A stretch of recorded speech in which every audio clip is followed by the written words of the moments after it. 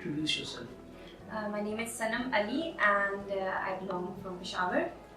And I did my bachelors here from Comsats Abbottabad. I did my masters from Technical University of Denmark. And now I've been teaching at Comsats for the past 2 years. And what is your area of specialization? My master's degree, it says Masters in Computer Science and Engineering, and I did my thesis in Department Engineering. Was it your own choice? Yes, it was my own choice. Being a teacher, what is the most difficult aspect to teach? Aspect? How do you define aspect? It is like to control a class or to deliver to some low input. Whatever you think. Controlling the class is not difficult. I mean, now after teaching for about this is my 4th semester, so I think I have the control of the class. The difficult aspect is to get the attention of the class. Because there are some students who sort of differ, like they procrastinate a lot. जब भी class में बैठे होते हैं, वो कुछ और सोचने लग जाते हैं, mobiles पे शुरू हो जाते हैं. That's the difficult aspect, to grab the attention of the students. Then how you tackle that challenge?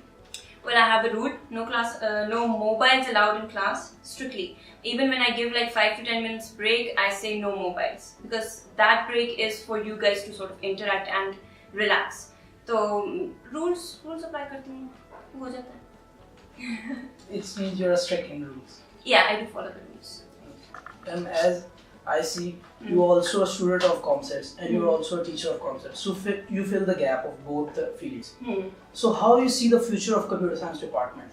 Well, when we started, I joined CS. The strength of the department was very little for faculty and students. Now, because of our SE section or department, and वैसे भी generally strength बहुत ज़्यादा बढ़ गया है, ठीक है, सारे disciplines में. And I think that in itself shows कि computer science लोग अब सीखना चाह रहे हैं. People do want to come into. Do you think that Comsats should put some limit to the input? They should more and more. They should have the criteria should change. Okay, criteria should change. But the number of strengths should also. The number of strengths should only change because of their problem of location. हमारे पास infrastructure नहीं है to support so much students. अगर आपके पास proper infrastructure हो to support more and more students, then I don't think they should have a limit on it. But I think criteria should change. When you were studying, do you follow any societies? Yes, I was a member of South Society. Okay, I was the vice president of South Society. That's good. So, what do you give advice to students regarding society? What should they do? They should participate in society. They should participate in co-curricular activities, and as long as it does not affect their studies. अगर आप एक अच्छे students हैं, दोनों को balance कर सकते हो, then well and good. लेकिन ये ना हो कि आप सिर्फ सोसाइटीज में ही चलते जाओ और अपनी स्टडीज की तरफ कोई तवज्जो ना हो. I think that's like a stupid thing to do. But societies, having said that, societies they do help you out in lots of aspects, like confidence building, teamwork, and all those aspects. So I do think कि बच्चों को चाहिए कि वो societies में part लें.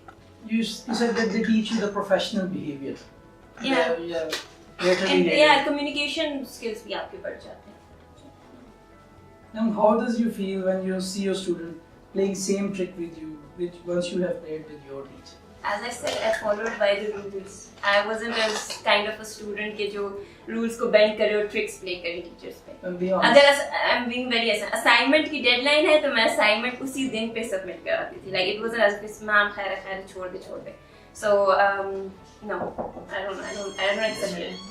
And if you have to teach your nephew who is 8 years old, what is software requirement engineering in 3 sentences? I would give him the example of his favorite game. Okay. Any game. And I would say that what do you want from those games? And when he points out those things that he wants, that would be his requirements. Those 3 points would be his requirements.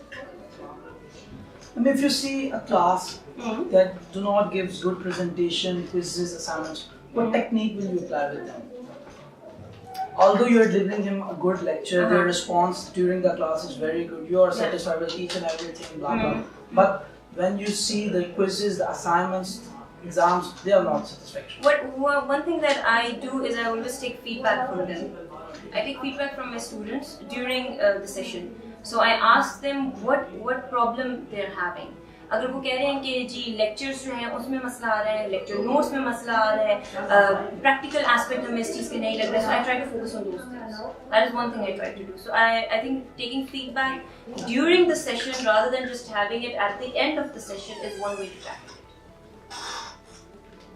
How you judge the intelligence of your student? It is from the quizzes, from the assignments? No, not at from all. From the papers? It's from the class participation. Okay. It's from the class participation. Quizzes and assignments, obviously जो अच्छा बच्चा होता है, जो hard working बच्चा होता है, वो अच्छे quizzes and assignments कर लेता है. But the innovation, ठीक है, and the class participation that a student can come up with at that point, at उस जगह पे बैठ के, that's something that I look. Any advice for students other than hard work? For what? For everything, for having a successful life, or having a good education, whatever you do. I would tell my students to be honest. Yes, I would tell my students to be honest with their education and with their person, like as a human being, to be honest. And if they're that, I think they will be successful. Thanks for giving us your precious time. We have worth taking interview with you. It was awesome. It's a pleasure. Thank you.